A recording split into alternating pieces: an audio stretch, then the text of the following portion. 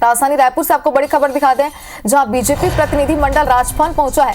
अरुण साव के नेतृत्व में 20 सदस्यीय प्रतिनिधि मंडल है जो राजभवन पहुंचा हुआ है। आपको बता दें कि महिला अपराध के मुद्दे पर राज्यपाल को ज्ञापन सौंपा गया है। पूर्व सीएम रमन सिंह, सांसद सुनील सोनी मौजूद रहे, धर्मलाल कौशिक, सरोज पांडे, बृजमोहन अग्रवाल भी इस दौरान मौजूद रहे। तो बड़ी खबर इस वक्त की आपको दिखा रहे हैं, जहां राजभवन पहुंचा है बीजेपी प्रतिनिधि मंडल और अरुण साव के नेतृत्व में ये 20 सदस्यीय प्रतिनिधि मंडल राजभवन पहुंचा हुआ है, जिन्होंने महिला अपराध के मुद्दे पर राज्यपाल को ज्ञापन सौंपा है।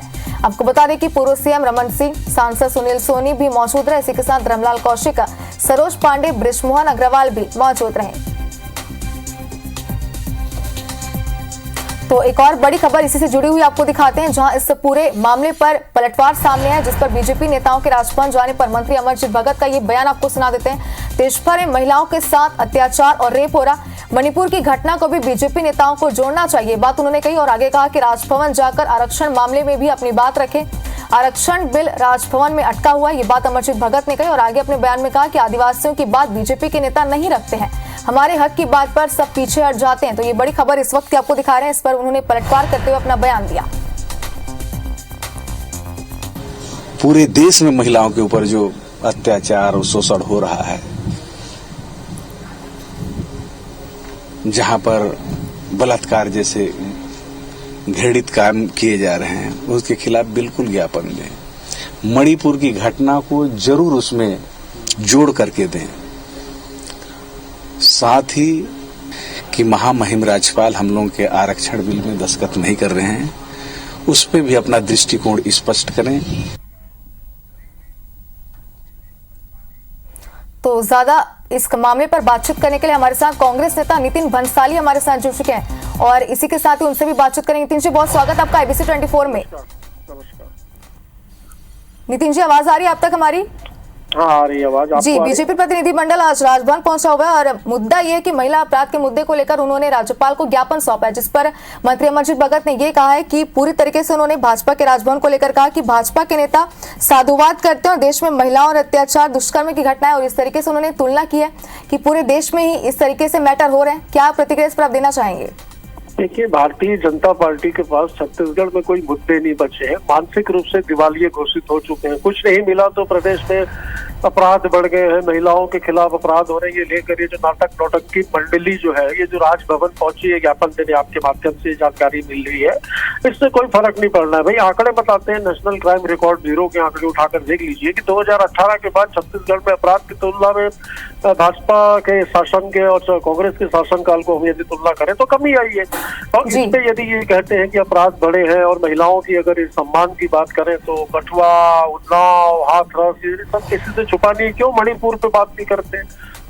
विशेष सत्र संसद का बुला रहे हैं 4 दिन का, भगवान जाने किस मुद्दे पे बुला रहे हैं, आज तक क्लियर नहीं हुआ। तो चर्चा होनी चाहिए तो इस देश में मणिपुर पर होनी चाहिए, जहां पर एक बहन को किस प्रकार निवस्त्र करने के बाद उसके साथ बलात्कार किया गया और उसे घुमाया गया। पूरा ये वीडियो और ये बातें जो है ये पूरे देश में दिखी तो दिखी, इसकी चर्चे अन्य देशों में भी हुए कि भारत में किस प्रकार के अत्याचार महिलाओं पर होते हैं।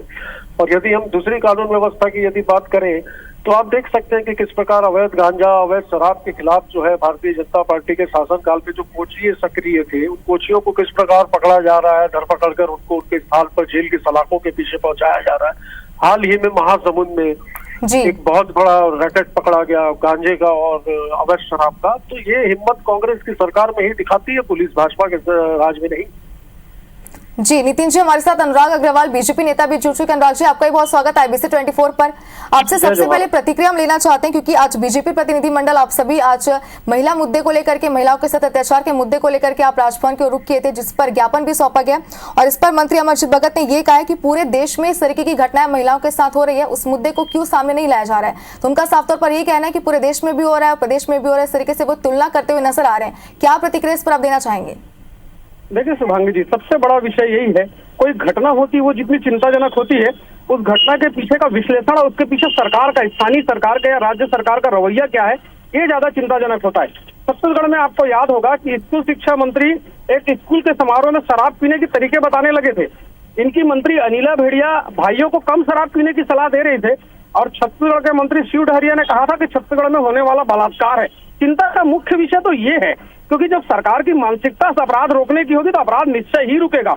लेकिन जब मन से मुख्यमंत्री जी कहेंगे कि ये लड़की बैठ जा और नेतागिरी मत कर, तो हौसले बुलंद होंगे। छत्तीसगढ़ में लगातार जो अपराध घटित हो रहा है और उसमें जिस प्रकार से कांग्रेस के नेता और कांग्रेस के कार्यकर्ता पकड़े जा रहे हैं, आप मुझे बताएं ना, शिक्षक दिवस के दिन शिक्षा सेना से शिक्षिका सेनाचार हो जाता है, राखी के दिन बहन सेनाचार हो जाता है। इस राजधानी रायपुर में जहाँ पे डीजीपी, एसपी, गृह मंत्री बैठा हुआ है, वहाँ पे एक नाबालिग लड़की, एक आदमी गंडासा लेके घूमता है और ये सरकार आंख मूंदे बैठे रहती है, तो इस सरकार में भरोसा कहाँ होगा? तो फिर प्रदेश के संवैधानिक मुद्दे आपको यहाँ पे रोकना चाहते हैं, अनुराग जी की प्रतिक्रिया भी इस पर लेते हैं। अनुराग जी, क्या कहना चाहते हैं आप? जी नितिन जी, आप अपनी बात पूरी कीजिए। देखिए, मैं वही कहता हूँ जो महिला सुरक्षा पे जो बात कर रहे हैं, हाल ही में रायपुर में जो बड़ी दुखदाई घटना घटी एक युवती के साथ, उसमें कौन था? भाजपा नेता का बेटा। उन्नाव में कौन था? भाजपा विधायक। कठुआ में कौन था? भाजपा नेता। हम बात करें नारायण चंदेल कौन है भाई? नेता प्रतिपक्ष छत्तीसगढ़ के, भारतीय जनता पार्टी के। उनके बेटे के ऊपर आरोप लगा, कई महीनों तक फरार रहे, जमानत पर है।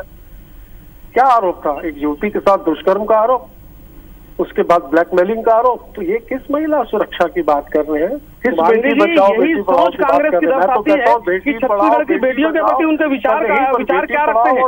मैं फिर कहता हूँ कि ये सुरक्षा की बात नहीं करना चाहते, ये राजनीति की बात करना चाहते। मैं तो कहता हूँ जिस घटना में ये भाजपा नेता के पुत्र की बात कर रहे हैं, वो लड़का अपराधी था, जेल में हत्या की सजा काट चुका था, बलात्कार के मामले से कुछ दिन पहले जमानत पे छूटा हुआ था, और जब उसका अपराध पुलिस रोक नहीं पाई और हमने हल्ला उठाया तो आप उसको भारतीय जनता पार्टी के कार्यकर्ता बताने लगे। शिक्षिका के साथ, शिक्षिका से बलात्कार करने वाले तो आपके विधायक के साथ खड़े हैं, उसका फोटो है। अभी जयसिंह अग्रवाल के साथ का विकास एक आदिवासी महिला से छेड़छाड़ के आरोप में गिरफ्तार होता है, आपकी पुलिस उसको गिरफ्तार नहीं करती, कोर्ट के आदेश से गिरफ्तार होता है। एनसीआरबी की रिपोर्ट बताती है कि 5,500 से ऊपर अनाचार छत्तीसगढ़ में हुए। शर्म आनी चाहिए अगर बेटियों और बहू के सम्मान पे अगर कोई बात करे और उस पर राजनीति करे। इस सरकार में शराबबंदी का वादा करके आई सरकार घर घर शराब बेच के छत्तीसगढ़ को नशे के गर्त में डुबा दी है। महादेव ऐप जैसे सट्टे से पूरे का घर उजाड़ दिए हैं, ये अपराधों की फ्रेंचाइजी बांट रहे हैं। इस सरकार के ऊपर अब भारतीय जनता पार्टी का भरोसा और छत्तीसगढ़ के व्यक्तियों का भरोसा नहीं रहा, इसलिए संवैधानिक मुखिया राज्यपाल महोदय को ज्ञापन लेकर। जी नितिन जी, राज्य आपको यहाँ पर रोकना चाहते हैं, समय की थोड़ी कमी हमारे पास है। इस पूरे मामले पर देखा जाए तो आगे प्रतिक्रिया सामने आएंगे, आरोप प्रत्यारोप लगते रहेंगे, आगे भी बातचीत आपसे करेंगे। बहुत बहुत शुक्रिया तमाम जानकारी के लिए, हमारे साथ बातचीत करने के लिए।